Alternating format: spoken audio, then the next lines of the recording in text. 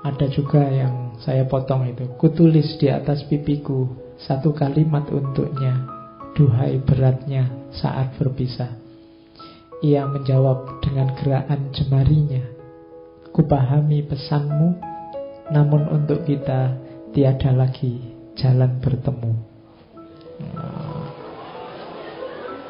Oke, ya wis. Pokoknya kalau puisi-puisi kayak gini lumayan lah ya. Kita bisa mending. Atau ini, aku puasa saat engkau marah dan berbuka saat engkau bahagia, gembira. Oke, ayo. Jadi kalau pasanganmu sedang marah kan itu alamat kamu harus tirakat itu. Tirakat itu kan tidak bisa tidur. Kenapa? Karena dia sedang marah. Hidupmu tidak tentram, makan tidak enak. Jadi aku puasa saat engkau marah. Tapi kalau sudah luluh, sudah tidak marah lagi, saatnya buka puasa. Dan aku berbuka saat engkau gembira. Jadi di luar kecerdikannya tadi, Abu Nuwas ini seorang yang sangat pintar bikin puisi, bikin syair. Tapi ya tetap, ini dalam konteks dia hura-hura sebenarnya. Ini babak awal kehidupannya.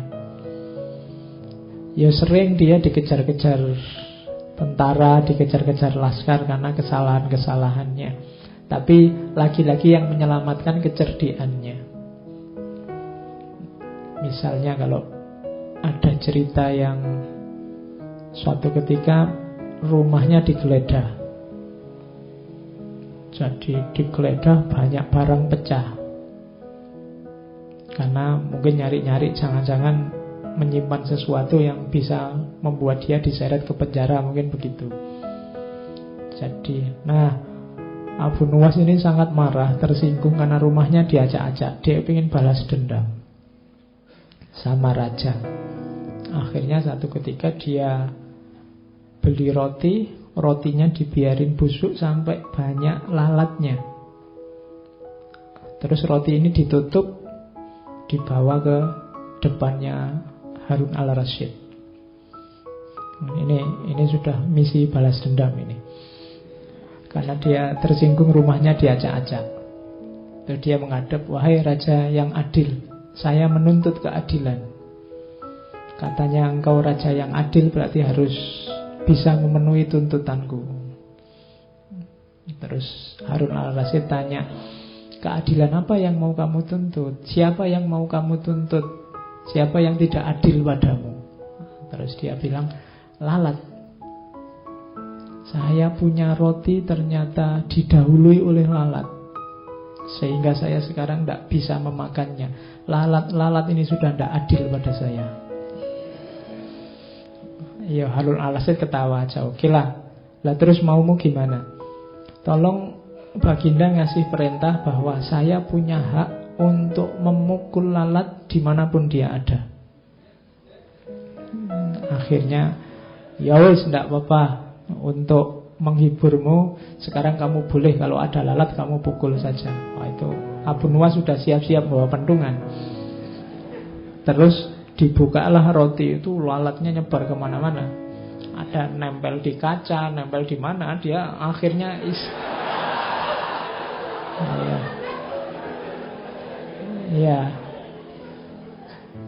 istananya Rajana dikeprui semua sama Abu Nuwas. Itu caranya dia balas dendam pada raja.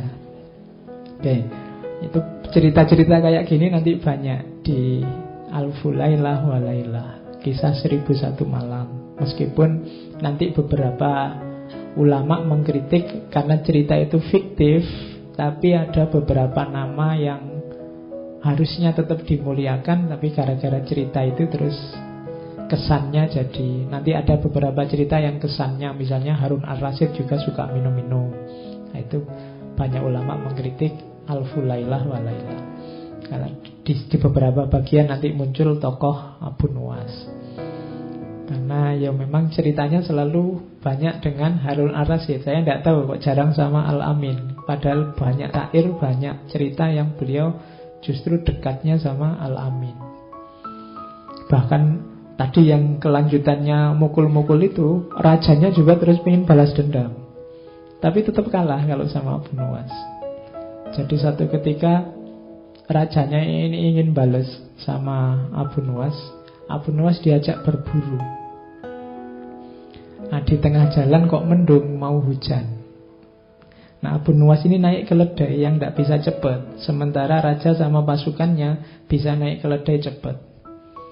Terus rajanya bilang, ini sebentar lagi hujan, pokoknya pedomannya kita berburu ini tidak boleh baju kita basah kehujanan. Jadi silahkan nyari tempat perlindungan sendiri-sendiri. Oh, begitu tiba-tiba hujan deras ya, kalau yang pakai kuda yang larinya cepat enak, raja dan pasukannya cepat bablas ke depan. Abu Nuwas ini pelan-pelan. Tapi raja begitu nyampe di depan, nyari-nyari tempat perlindungan tidak ada, akhirnya tetap basah. Nah, pelan-pelan dari jauh tiba-tiba datang Abu Nuwas. Orang-orang heran, ini semua bajunya basah, dia yang pelan-pelan kok tidak basah. Harusnya kalau ikut keputusannya raja tadi, yang dihukum justru prajurit-prajuritnya yang banyak yang basah. Orang heran semua, loh Abu Nuwas kok bisa kamu tidak basah sama sekali? Iya, saya itu takut sama keputusannya raja, yang bajunya basah mau dihukum. Jadi yang lain sudah bablas ke depan, begitu hujan saya ya daripada capek-capek nyari perlindungan, ya tak copot saja bajunya, tak lipat, terus tak dudukin di atas keledai. Ya, jadi bajunya tetap kering, badannya basah tidak apa-apa, kan yang tidak boleh basah bajunya. Oke, ya akhirnya dia selamat, tidak jadi disiksa oleh rajanya. Oke, itu cerita-cerita tentang Abu Nuwas masa muda. Dia suka hura-hura, suka mabuk, dan lain-lain. Sekarang babak baru kita masuk pertobatannya. Nah, kuncinya nanti di sini sebenarnya. Yang mulai banyak hikmah-hikmah yang bisa kita ambil dari kisah hidup seorang Abu Nuwas.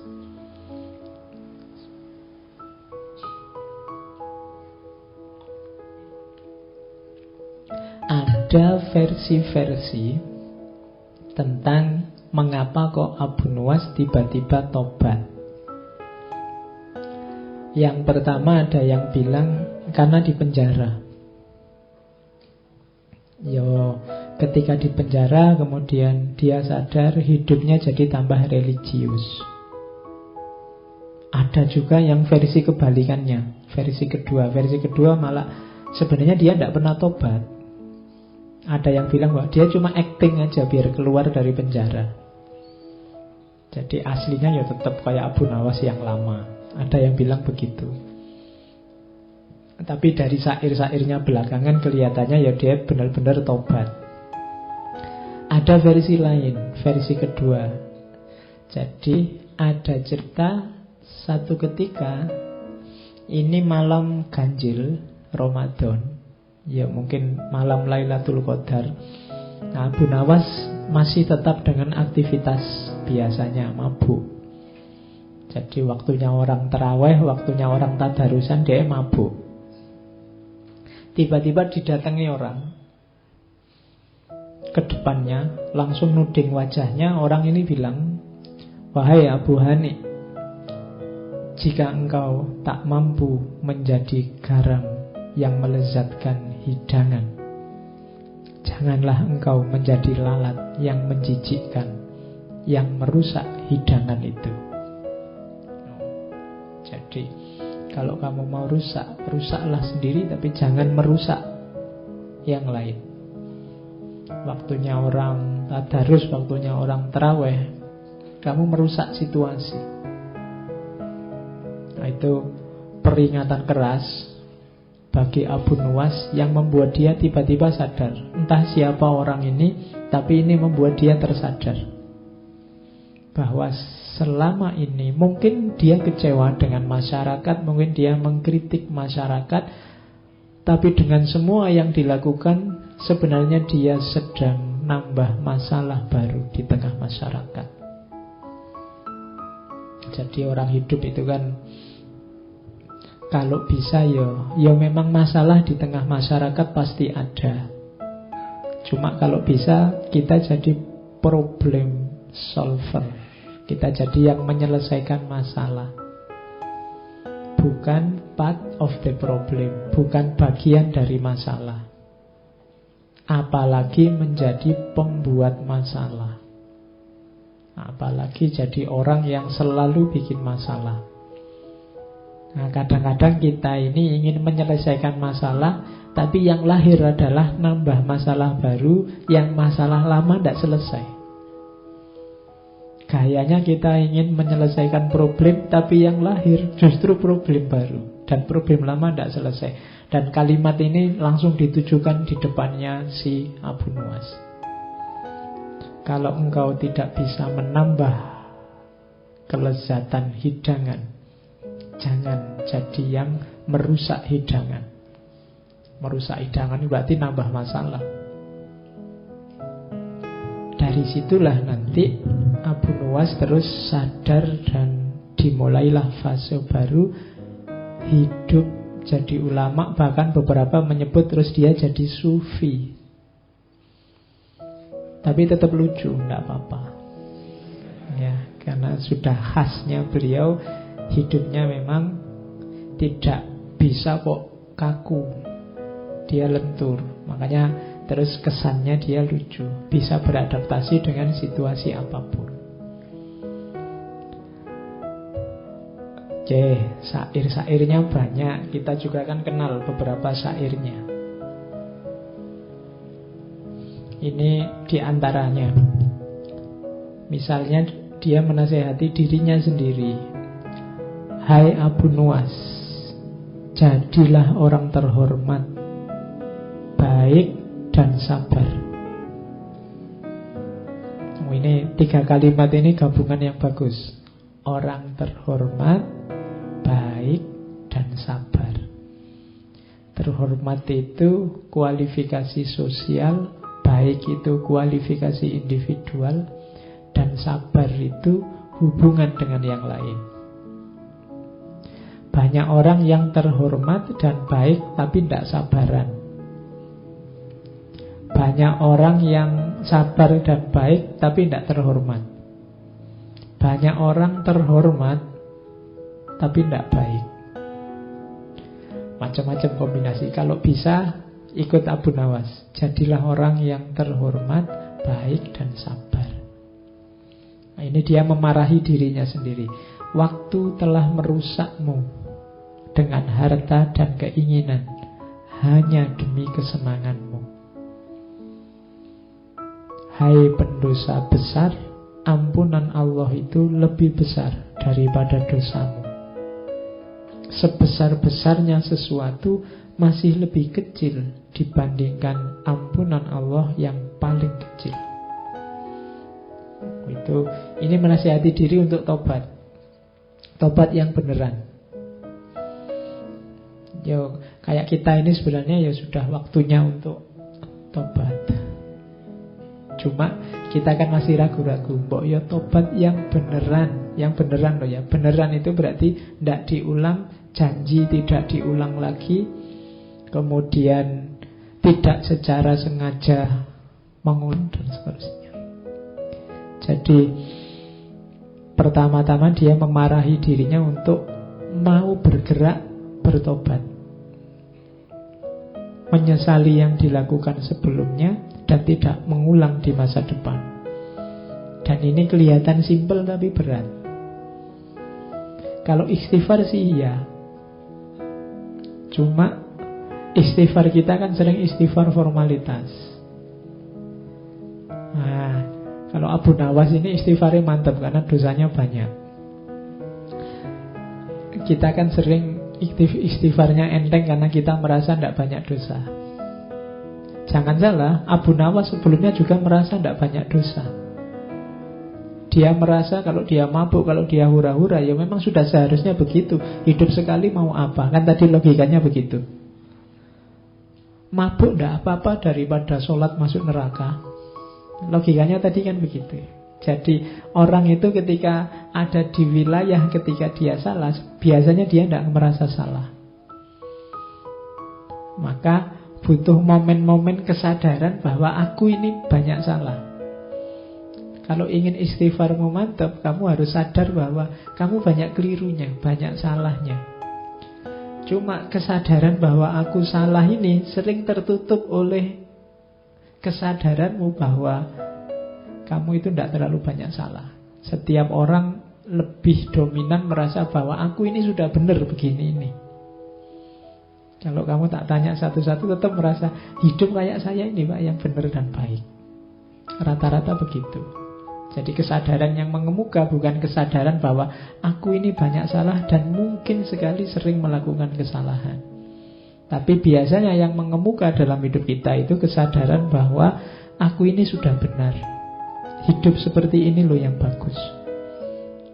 Itu yang mungkin membuat istighfar kita tidak terlalu mantap. Kayak formalitas. Tobatnya bukan tobat yang serius. Nah, diajari oleh Abu Nuwas, ayo nasihati dirimu sendiri. Kalau nunggu dinasihati orang ya tidak akan nyampe-nyampe. Nasihat yang paling bagus dari dirinya sendiri. Berarti apa? Kesadaran. Oke, dilanjutkan kalimatnya. Ini kesadaran bahwa betapa besarnya dosaku, maka apa pembelaanku akan segala yang telah kulakukan. Kalau besok Allah tanya, kenapa sih kok kamu mabuk? Kok tak larang mabuk aja begitu susahnya? Nilaiku di depanmu itu seperti apa sih? Kalau besok Allah tanya begitu gimana? Apa yang akan kukatakan kepada Tuhanku? Apa yang akan meringankan salahku? Saat aku keluar dari jalan kebenaran atau memunggungi kebaikan. Duhai beratnya tobatku dan bodohnya apa yang terlewat dari hidupku. Nah, ini keluhan dari seorang Abu Nuwas. Dia takut nanti kalau ditanya oleh Allah, mengapa sih engkau kok lebih memilih mabuk daripada aku? Kenapa engkau lebih memilih kesenangan duniamu daripada aku? Kamu mau jawab apa? Dijawab seperti apapun, aku sudah salah. Karena yang kupilih ternyata bukan jawaban yang benar, bukan pilihan yang benar. Nah, itu kesadaran seorang Abu Nuwas. Dari situ nanti terus muncul ini yang kalian hafal, yang sangat terkenal. Kalau ini sebenarnya nggak perlu saya baca, kalian pasti sudah sangat akrab. Ilahi lastu lil firdausi ahla. Wahai Tuhanku, jelas aku bukan ahli surga. Wong aku ini kayak gini orangnya, nakalnya luar biasa, dosaku bertumpuk-tumpuk. Wala aqwa ala naril jahimi. Tapi aku tidak kuat kalau harus masuk neraka. Jadi ini keluhannya pada Allah.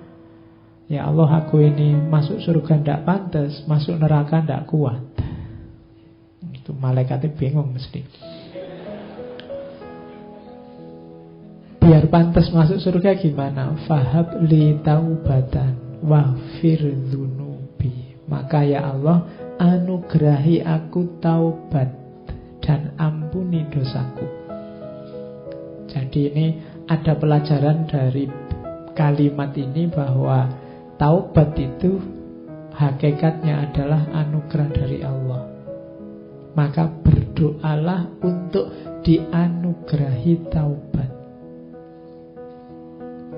Jalan kita untuk taubat pertama-tama nunggu anugerah dari Allah. Fahab li taubatan waghfir dzunubi, dan ampunilah dosaku. Fa innaka ghafirudz dzambil azimi, karena engkau adalah yang pemberi maaf yang agung.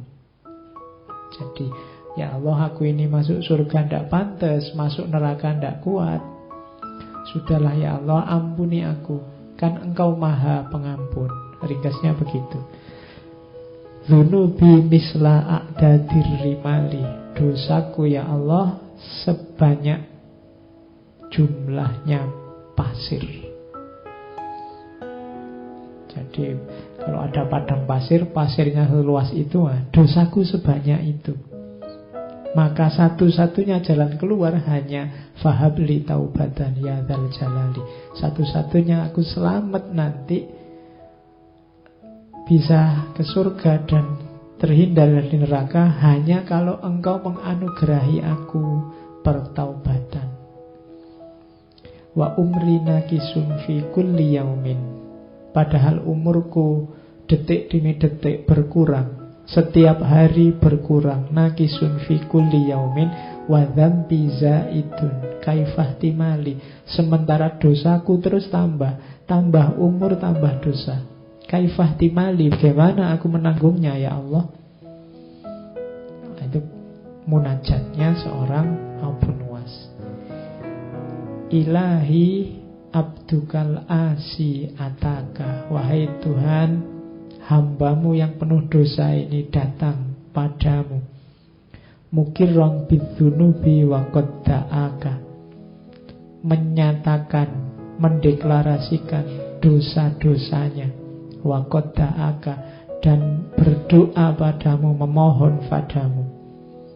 Fa in taghfir, kalau engkau ampuni aku, fa anta lidzaka ahlun, memang engkau ahlinya, tempatnya minta ampun. Fa in tatrud, tapi kalau engkau tolak aku ya Allah, faman narju siwaka, lantas pada siapa lagi aku berharap kalau engkau saja tidak mengampuniku. Ini namanya munajat. Jadi mengeluh pada Allah, menyatakan kelemahan, menunjukkan dosa-dosa, kemudian pasrah pada Allah, minta diberi yang terbaik. Gitu. Makanya kalimat ini banyak dipakai. Ilahilas tulil firdausi ahla wala aqwa ala naril jahimi. Ini munajatnya Abu Nuwas. Oke, ini babak pertobatannya. Tadi ada babak kemabuannya, terus babak hura-hura dalam cinta, sekarang pertobatan. Ada satu babak lagi yang mau saya bawa, yaitu babak akhir hidupnya.